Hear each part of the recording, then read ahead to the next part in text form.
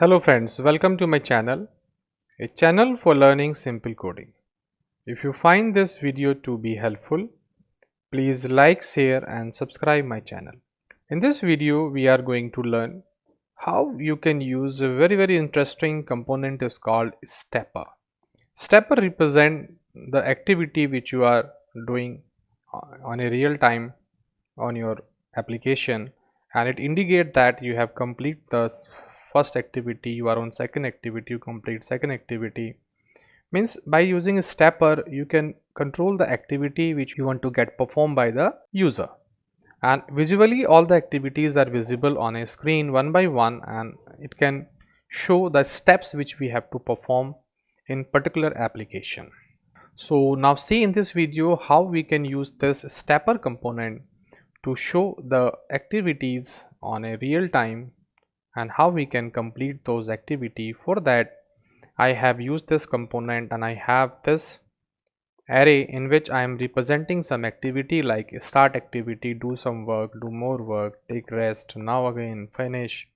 So these are just the activity. You may have some other component type of activity also here in place of this array, and now I'm trying to show you that how these activity can be performed by using the stepper on a real time. So for that I just try to design it, and I say I use here the snippets I have created to design it fast.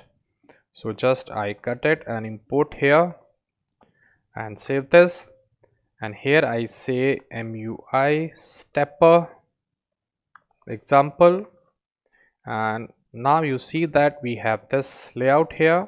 Now try to design it more. Here I need to design a stepper, so I take box layout first of all. In this box layout I say mx is 3, and I say empty on a top direction I need 2, and then I say here that I want to show here the stepper, so I take here stepper component. This is the stepper component. I take this one. Under this stepper component I want to display the all steps of this stepper. For that I have a few property also, so that is we have active step. So in active step I just define here the property that would be of my steps. So I say steps. Okay, that will be my state variable that will manage the activity stages or steps. Then I need to create here the steps for this. So I have an array for this, so I take it activity, and then I say dot map function. Under this map function I define arrow function, and this arrow function I have here, which I have the first value, means the step first. So I say step first and I have an index. Now inside this I have a step component. I have a step component like this, first step. Under this step I have a step label, so I say step, and we have a step label like that. And under this step label I display value, I say step, and here I provide key for this, so I say index like that. We have steps, and I save this. This step I need to put the value, so I create one state variable here. I say const, I say steps, set steps, and we can say active step also, whatever you want to give the name. And I say here use state, and initially I pass here 0. So you see that we have a set step, so we can say active step. This is active step, and I say active set active step like this. Save this, and here I change it to active step. Save this. Now if you see, So we have such kind of stepper. You see, it's very easy. State 1, then 2, then 3, then 4, 5 and 6. So like this way we can display over stepper, and it's a very easy process. You see, we have a stepper component, then we have the array, and this we are using map. In a map we are taking one step, one activity at a time, and under this step we are displaying this label and this also. We have few properties also, like stepper option, step icon or step context. So many things are available, but those are not so necessary. We require first of all the fundamental knowledge of this stepper, and in other video we will see the advanced components and the properties which required for a stepper. But right now I am giving you a general overview of the steps. In next video I will give you advanced information also. So here we have defined this step. Now we have to control the activity by using buttons. So how we can do this? So after that I take one more box layout, and inside this box layout I take a stack also. In this stack I take spacing. I say spacing is 3. I say direction is equal to row, and I say the width of this, I can say max width is 400. Then inside this I will take button. So this is a stack saying not defined, so we can define this like this, no problem. Now under this stack I say button variant equal to contain color secondary, and here I specify previous button. Then I create one more button and I say it next. This button is also not imported automatically, so I say button also, not a problem. Then I say here on click event, and I say handle previous button. Similarly I say here on click equal to, I say handle next. Now I create these two functions also. I say handle next like this way. So just we have handle next, and I say set activity step, and here I pass arrow function in which we have a previous value. So I have a previous step, and then I say previous step plus 1. So like this way it is next. I copy this, paste it, and here I say minus and I say previous. Save this. Now if you see this, we have this button also. So we design few more things. So I say here from the top I need 3 margin, and I say alignment of this is center. Save this.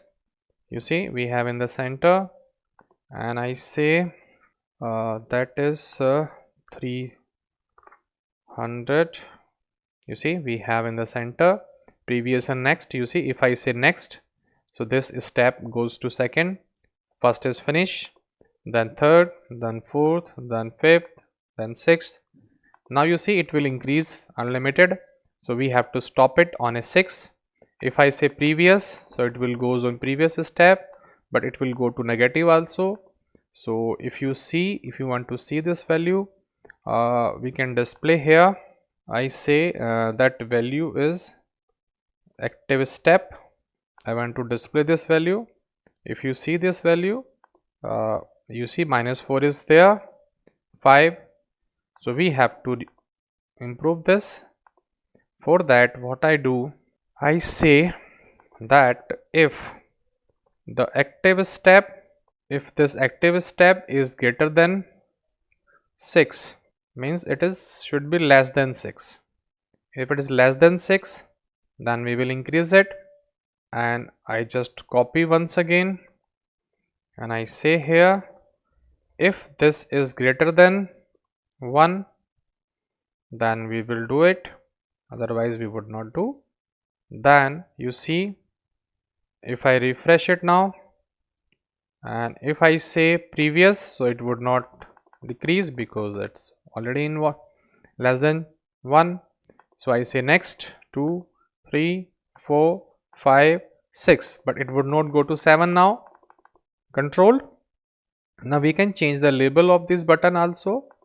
So for that, to indicate that it is finished, for that what I do here, I say active step is greater than 6, then we should have, this is the previous button.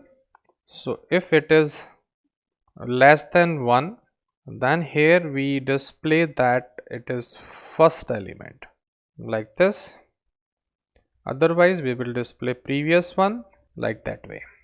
And if we are on next, here I say if active step is greater than 6, then I say it is last one, and here is the next. Save this.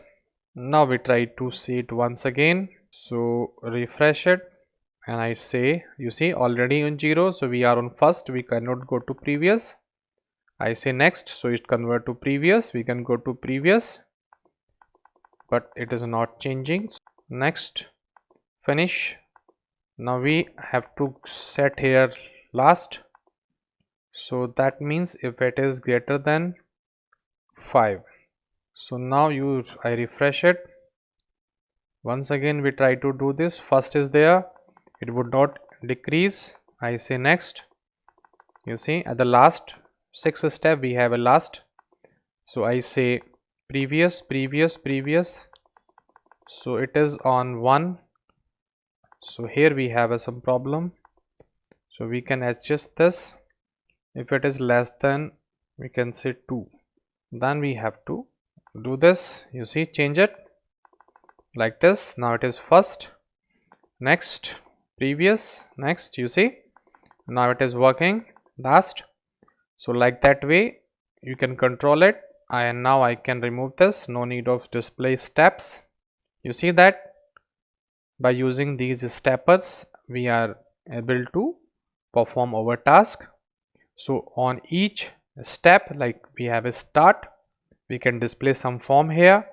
We can fill this form by the student, and then if a student go to next, then another component will display, it will perform some other task, the next, then another task, then this. So like that way we can trace the activity of a user on a screen, and we can provide a better interface, better user interface, UI UX to the user for working on your websites, on your app. So that is the use of a stepper. I try to explain in a very simple way. Some other advanced properties are also available, but if you know the fundamental of a stepper, then automatically you can learn advanced properties also. And I will try to give more examples on a stepper as a project I will use in some videos also. So that's all right now here about a stepper. If you learn it, please do subscribe. Thank you for watching this video.